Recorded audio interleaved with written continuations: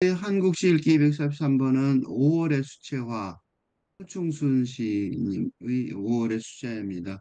2024년 5월에 발간된 오래된 찻잔이라는 시집에서 나온 시이고요. 읽겠습니다. 5월의 수채화, 허충순. 들판못에 철방철방 고인물 나는 결국 아니라며 종일토록 하늘만 담겨 있다. 짓궂은 새털구름 하나 첨벙대는데 왜 이리 고요할까? 공유자 물이 드는 능선이 가슴에 얹히고 구전되는 이야기처럼 나도 먼 길 온 손님이니 나를 버리고 고향이 다니는 길로 가련다. 물빛이 조용히 흔들거리는 허공속. 허충순 씨는 1945년 부산 출생으로 2005년에 문학예술로 등단했으며 특이스러운 게 꽃, 꽃이 그거로 아주 그 대가를 이루신 분 같아요. 차, 다도, 거기도, 이 시집들 보면 다도에 관한 찻잔, 찻자리 이런 게 있죠. 그래서 그런 거 보면 그런 쪽에 시 전에 그런 게 그런 바탕이 있는 것 같아요. 시에도 그런 게 좀 나타납니다. 이거 보겠습니다. 5월의 수채화. 들판 모채 찰방찰방 고인물. 찰방찰방은 살바닥의 준말이고 조금 묵직한 물건이 잇따라 깊은 물에 떨어져 거칠 때 거칠게 부딪히듯 나는 소리를 그러니까 깊은 물이란 소리 물이 깊은 물이란 말이죠. 그죠? 그러니까 들판에 못이 있는데 연못이 있는데 거기 찰방찰방 고인물 그러니까 깊은 물에 찰방찰방 소리가 나는 깊은 물이라는 거죠.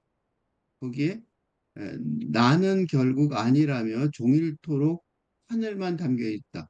여기 보면요. 요 들판 못에 찰방찰방 고인 물이 가득 어느 찰방찰방하게 차인 물에 있는데 거기에 뭐가 있냐면 그 가운데 것만 빼고 보면 종일토록 하늘만 담겨 있었다. 그 하늘만 이렇게 비친다는 거죠. 근데 중간에 뭐가 있냐면 나는 결국 아니라며 이 말 때문에 이게 시가 되는 거예요. 그러니까 연못에 물이 가득 차여서 종일토록 하늘이 비치는 거죠. 그런데 나는 결국 아니라며 이거 무슨 신화가 생각나냐면 여기 생각나죠? 시지프스의 나르시시즘이요. 그죠? 그러니까 나르시시즘 자기애라고 그러는 나르시시즘의 신화. 어? 이러면 그림으로 이거죠. 그죠? 그러니까 뒤집어 말하면 이 서구의 신화가 나르시시즘이라면 허충순 시인이 강조하는 거는 그 들판 못에 찰방찰방 고인물이 하늘 좀 담겨 있는 페르소나 시인 나의 이 관찰, 그치? 나의 눈이 본 묘사, 그치? 들판 못에 찰방찰방 고인물에 하루 종일 하늘만 담겨 있는 것이 그 페르소나 나라는 시인의 본 자연의 묘사란 말이죠, 그죠? 묘사인데 결정적인 차이점은 서구적인 나르시시즘, 서구 신화와 결정적인 차이점은 나르시시즘이 자아의식, 그지? 자아 숭배의 신화라는 점에서 라는 걸 생각해 보면 나는 결국 아니라며 그리고 또 하나 그리고 또 하나는 이 한국의 근대 문화가 그 문명이 서구 그지? 서구 우리가 학교에서 배우는 게 다 서구죠. 서구 문명을 추격해 온 서구 문명의 추격자 그죠? 간대문명이 서구 문명의 추격자 모방자라고 초박자라지만 사실은 모방자죠. 였다는 점을 전부는 아니지만 점을 생각해 보면 그지? 나는 결국 나는 결국 아니다 이거지. 나는 아니다. 아무리 생각해봐도 결국 나는 아니야. 그지? 이거는 아무리 생각해 보아도 결국 나는 아니다. 라는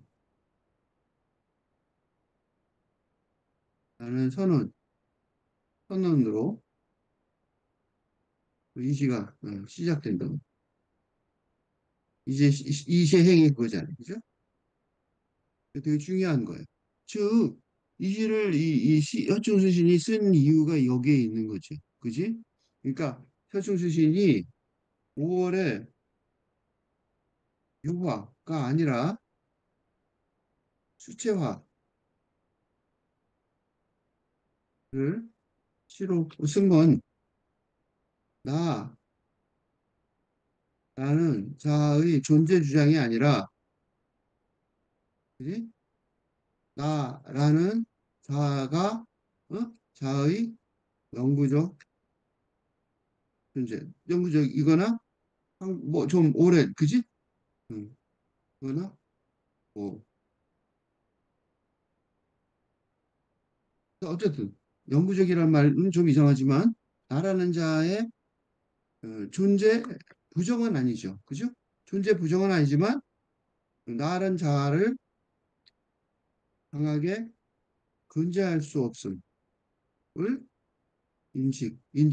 인식하는 였다는 게 계기라는 거. 이 시창작의 계기였음을 짐작할 수 있어요. 그죠? 그래서 수채화라 쓰니까 유화는 물감을 덕지덕지 묻혀서 하지만 한 번만 씩 그리고 말죠. 그러니까 그것도 이 나라는 자의 존재 주장하고 비슷한 어떤 그지? 그런 어떤 그 맥락에서 보이잖아요. 그러니까 나는 결국 아니라며. 그러니까 이 시를 쓰게 된 이유는 들판모체 살방창한 고인물이 있었고 그 물을 보니까 종일대로 하늘만 담겨 있는 걸 봤어요. 근데 그 아까 나르시스 신화 그 그림에서 봤듯이 나르시스트는 그게 나 거기 보이는 눈에 보이는 나에 대한 숭배로 그죠? 음, 거기서 굶어 죽죠 거의 아무것도 안 하고 있다가 그러니까 그게 아니라는 것 나는 그게 아니라는 것을 깨달은 것이 이 시의 첫 1년이에요. 이게 이 5월의 수채화라는 시의 창작 동기 모티프가 아닌가 그런 생각이 들어요. 그리고 도이어 나가 보면 짓궂은 새털구름 하나 첨벙대는데 왜 이리 고요할까? 새털구름 보여드릴게요. 이게 새털구름이에요. 아주 강하죠. 새털구름이요 눈길을 끌지 않을 수가 없어요. 그러니까 어, 어. 이 못에 연못에 하늘이 들어있다고 보았는데 그 하늘이 짓궂은 또 텀벙된다. 물을 갖고 텀벙텀벙 되는 거죠. 텀벙된다. 이런 말 자체가 다 뭐냐면 쇠털구름의 존재가 굉장히 강하다는 소리죠. 그러니까 이제 그 자연 속에 그 연못, 못에 들판에 못에 비친 하늘, 응, 그 존재가 내가 아니라, 그지? 내가 아니라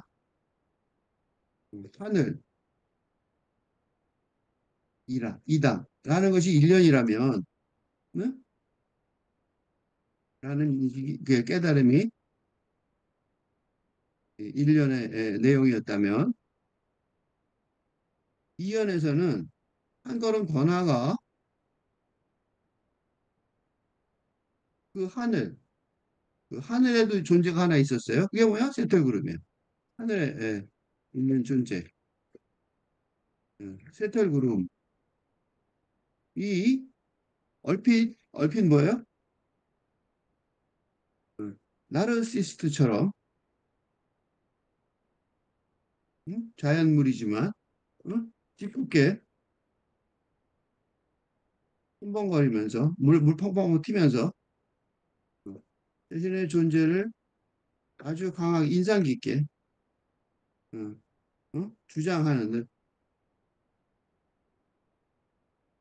듯하고 얼핏 느꼈지만 일련에서 마찬가지로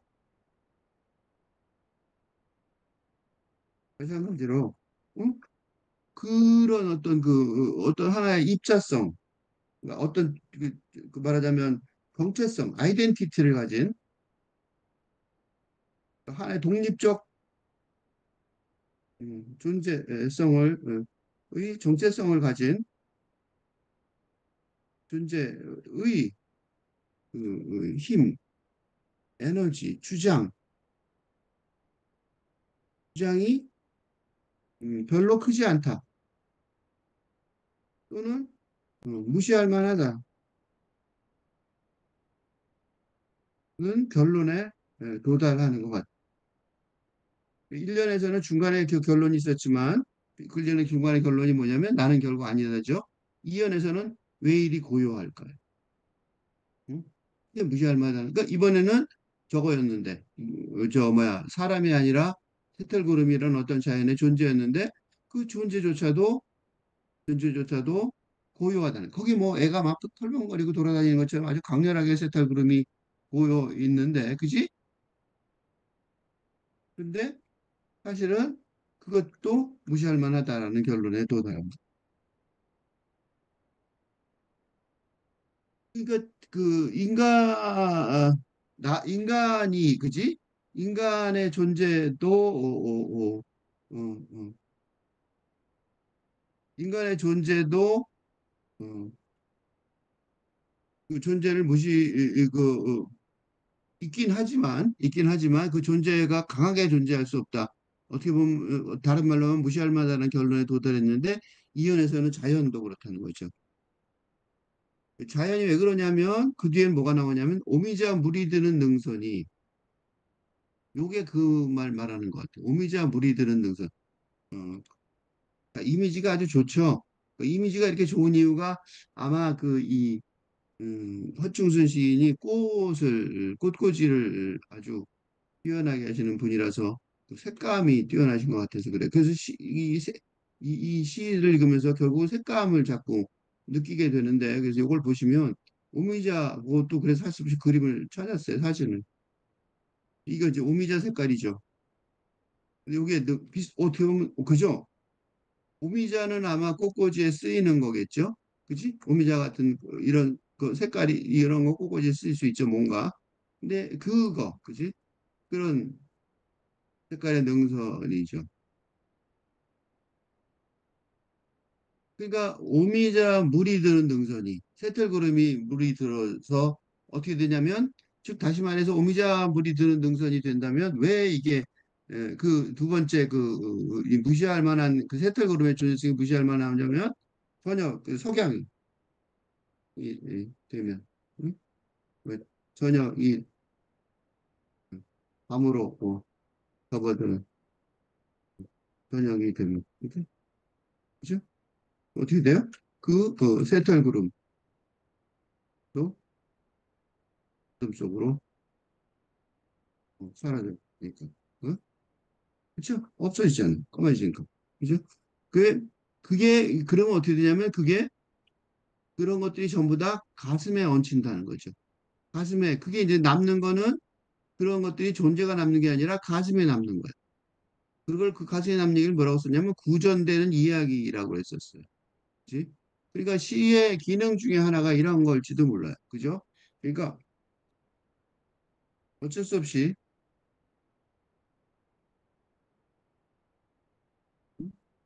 일정한 기간에 존재성만을 가질 수밖에 없는 시공 세계의 존재.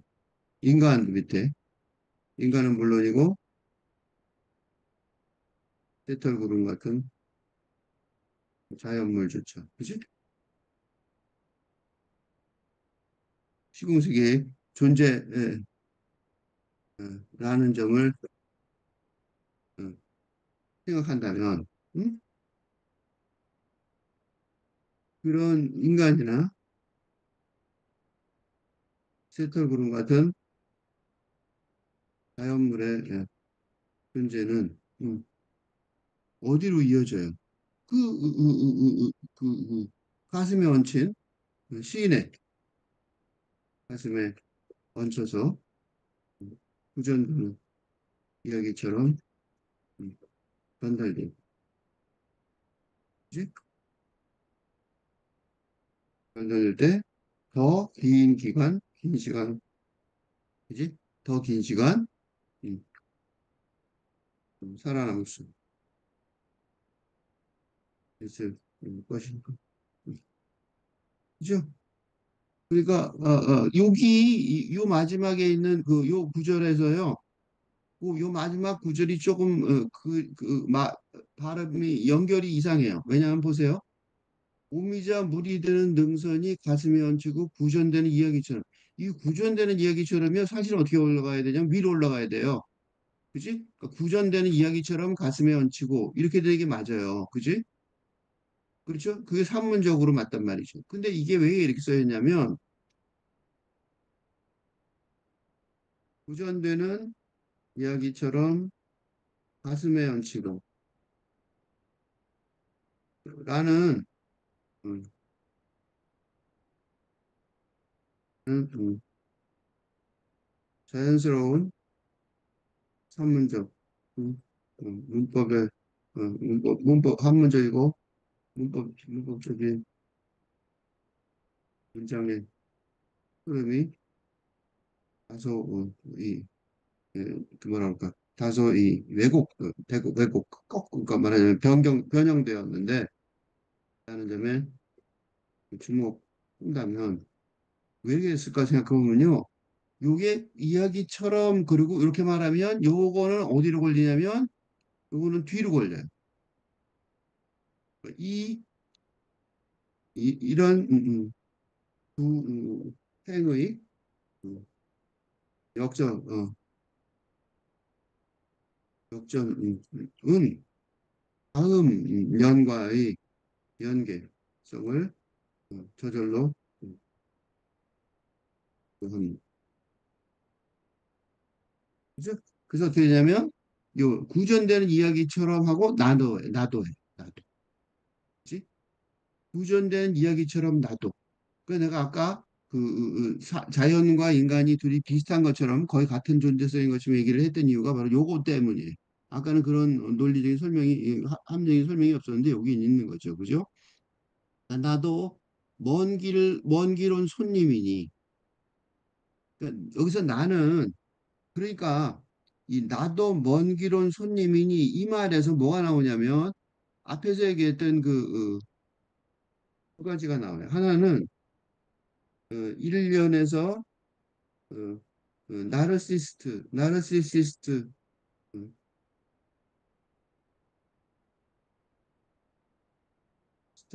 스타일의 자아 강조를 어, 피했지만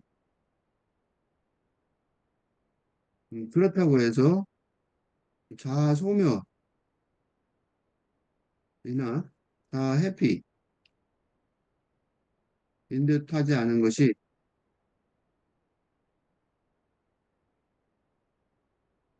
지금 이 문장에서 그지? 자아 강조 그지? 구전되는 이야기처럼 이야기 같은 나라는 존재 그러니까 나라는 존재 그지? 존재를 말하고 있기 때문입니다. 그래서 먼 길 온 손님이라는 묘사가 그지? 묘사가 그지? 어, 어울림. 그래서 이게 두 개가 연결된다는 사실을 알 수 있어요. 먼 길 온 손님 구전되는 이야기 그치? 먼 길 온 손님이란 말이지 나도. 그러니까, 이 앞에 1년에서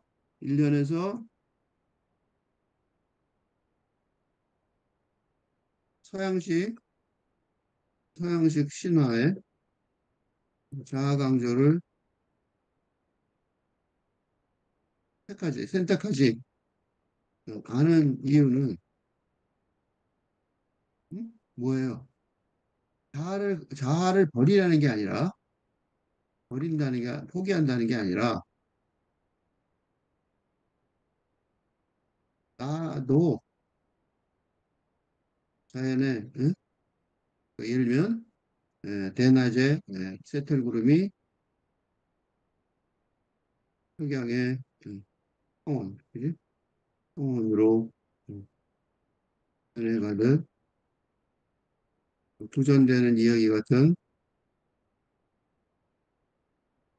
음, 시간의 흐름을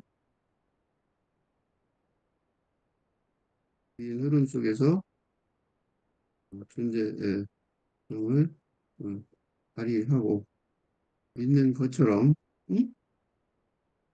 것처럼 나도 뭐예요? 나도 그런 그러니까 일시적인 서구 사상이 강조하는 살아있는 동안에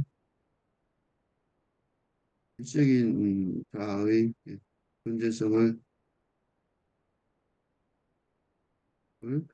강조하는 것에 그치지 않고 음, 시간의 흐름에 흐름을 초월할 수 있을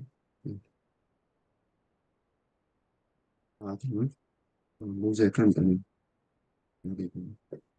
그러니까 앞에 일면에서 말할 때는 굉장히 그럼 뭐 그러니까 동양인들은 보통 이렇게 오해하는 경우가 있어요. 동양인들은 서구인들이 잘 오해하는 것이 동양인들의 특히 학생들 학교에서 애들이 발표를 잘 안 하거든요.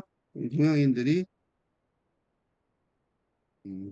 자아 강조, 수줍어, 자아 주장에 수줍어 한다는 음, 동양인들이 한다는 착각은 음, 동양 사상의 시간관을 고려하지 않은 서구 인들의 착각에 가깝다고 이걸 보면 그죠? 나도 먼 길 온 스님이 나를 버리고 고양이 다니는 길로 가린다. 고양이 다니는 길, 나를 버리고 고양이 다니는 길. 이게 이제 결론이죠. 그러니까 나를 버리고 고양이 다니는 길. 요건 또 하나는요. 요게 이제 내가 동양인 서양인 얘기인데 또 하나는 뭐예요? 여성과 남성이죠. 여성성. 이분이 이제 꽃이 봐도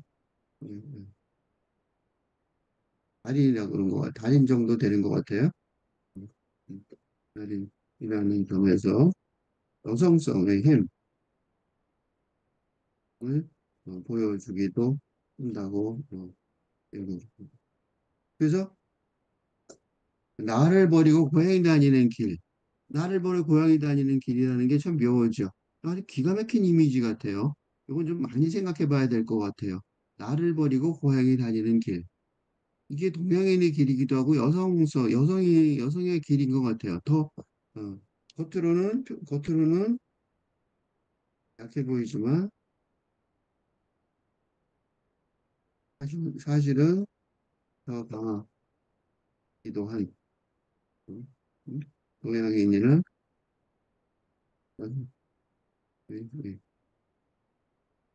진리로 그런 음? 나를 버리고 고양이 다니는 길. 요거 한참 생각해 봐야 될 아주 좋은 이미지 같아요. 나를 버리고 고양이가 다니는 길. 허충순 시인의 시세계를 요약하는 어떤 하나의 구문이 아닐까 그런 생각도 들었어요. 요거는 좀 생각해 봐야 되는데 그 생각이 그거를 뭐라고 설명했냐면 물빛이 조용히 흔들리는 허공 속으로. 그러니까 물빛이 어디 나왔어요? 맨 처음에. 그러니까 허충순 시인이요. 들판 뭐 못을 나르시시스트처럼 예, 그 뭐라면 알아보지, 쳐다보지, 보지, 알아보지, 아는 건 아니라는 사실을 이제 알 수 있습니다. 응? 진짜 본 거죠. 뭐처럼? 바로, 바로, 그러니까 나르시시스트처럼 들여다보다가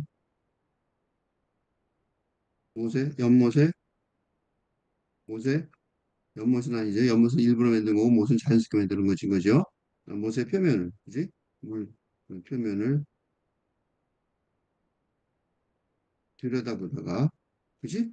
물 표면을 들여다보다가 나르시스트가 아니라는 사실을 깨달은 거죠. 그럼 난 뭐냐? 나는 그 나르시스트보다 즉 서구인의 자아 개념과 다른 응?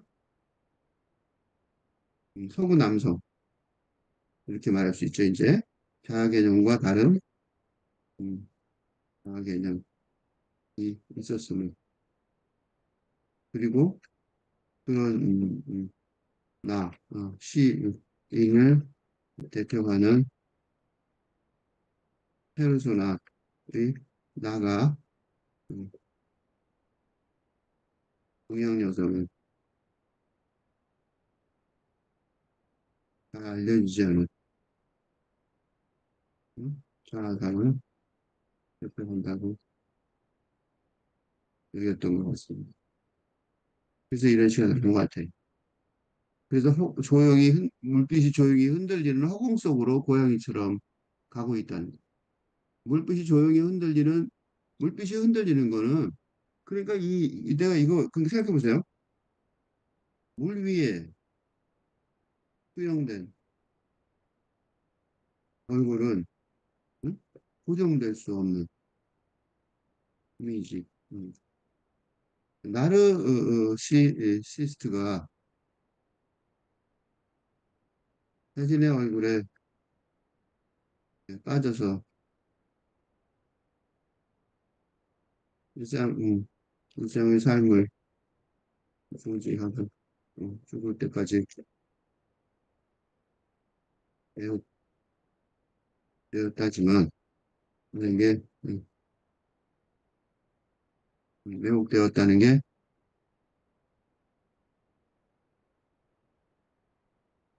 서구 신화의 해석이지만 다른 식으로 보자면 어? 고정될 수 없는 이미지 고정될 이 물 위의 이미지는 독립주체적인 가상으로 의 정체성을 가진 존재로 고정될 수 없게 그런 자아 정체성을 추구한다면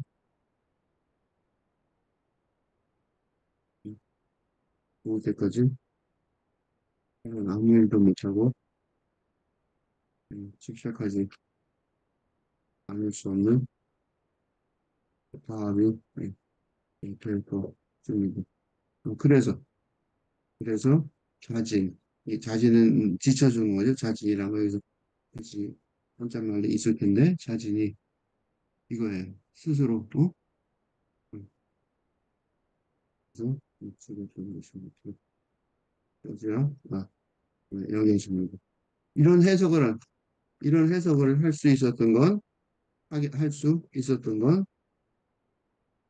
음, 허충순 시인의 페르소나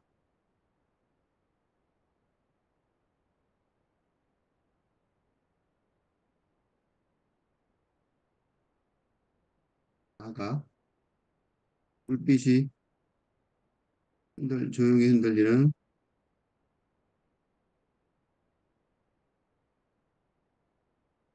꿈 속으로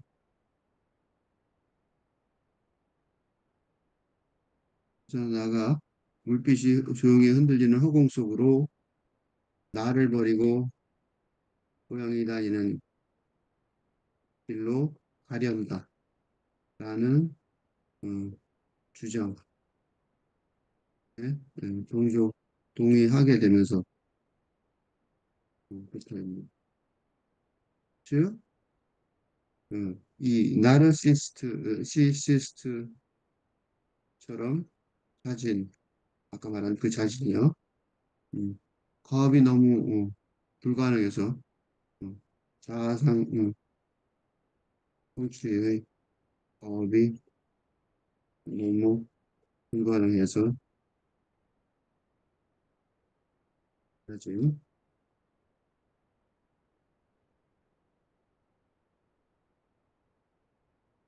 해버리는 소수의 사상과 달리 허공, 무아의 나를 버리는 무아의 허공,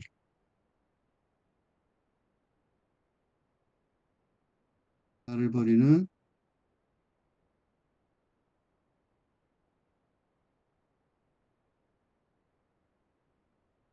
빛이 조용히 흔들리는 허공 속으로 나를 버리는 고향의 길로 가련다. 응?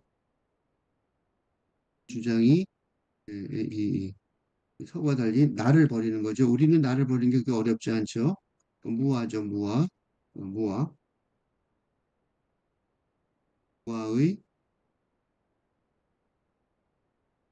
허공이라는 사실을 수용하는데 동양 사상에서는 수용하는 게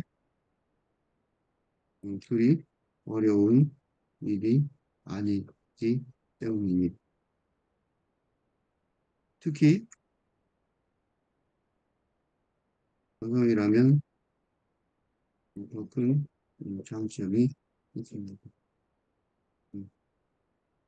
그래서 이 나를 버리고 고양이 다니는 길이 뭔지 좀 생각해 봐야 될 것 같아서 다른 시들 몇 편을 오래된 차자안에 시집에 나와 있는 다 읽을 수는 없고 일부분을 찾아서 몇 개 읽었습니다. 찾아보면 어, 이 김밥 한 줄이라는 시의 일부분을 읽어보면 내가 쓴 시 한 줄에 김밥 한 줄만한 헌신이 있을까? 나도 김밥 같은 시를 쓰고 싶다. 펄한 김밥 한 줄 같은 시 한 행. 이 여성이라는 점이 뭐냐면, 그지? 밥 짓는, 그지? 식사 준비. 그래서 관점이 들어가 있죠. 그러니까 식사 준비를 하는 건 무슨 남을 위해서, 그지? 가족을 위해서, 그지? 누군가를 위해서 나만이 아니라 나만이 아니라, 그지? 자기만이 아니라 자기 자신만이 아니라 가족을 위해. 응? 식사 준비하는 게 하는 과업을 당연한 듯 다들 수용하는 여성의 한점을 아주 긍정적으로 그죠? 보고 있죠. 또 내일은 그래도 순한 말로 살기는 했지. 차 한 잔 내리듯 차 한 잔 올리듯 한 번은 나였다가도 한 번은 너였다는 듯 살기는 했었지. 얽히는 실탈래 서툴게 풀어가며 그렇게 여기 보세요. 차 한 잔을 주고 받는 것, 차 한 잔을 올리듯 내리듯 차 한 잔을 내리는 건 차 한 잔을 만드는 거고 올리는 거는 주는 거죠. 차 한 잔을 내려서 차 한 잔을 준단 말이죠. 한 번은 나였다, 한 번은 너였다 그렇게 사는 거죠. 차를 마신다는 건 서로 그런단 말이에요. 이게 뭐야? 다도죠. 요거는 그 다도에서 그죠?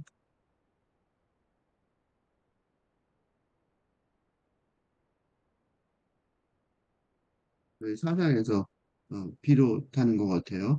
근데 이게 그 고양이 다니는 길이라는 게 하나의 길이 아니고 이런 이 허충순 시인의 삶의 이런 여러 가지 측면이 합쳐져서 뭐 반영되어 있는 것 같아요. 자풀은 꽃꽂이, 이건 미리 말하면 꽃꽂이의 사상 같아요. 잡풀이라고 그랬지만 나도 이 말을 참 동의하는 것이 나는 꽃과 풀의 구별이 이상하다고 생각해요. 그게 만약 말하자면 꽃과 풀의 잡풀의 인위적인 구별을 반대하는 요새 누구야 요새 정원 사상 내가 지금 갑자기 그분 이름이 생각이 안 나는데 MMCA 그 국립현대미술관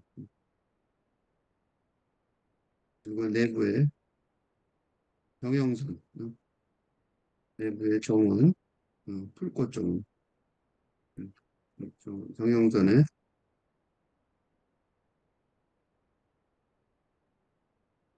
풀꽃 정원의 사상도 그렇죠. 사상도 비슷한데 이 잡풀이라는 제목 자체가 나도 이 비슷한 제목이 시가 쓴 적이 있어요.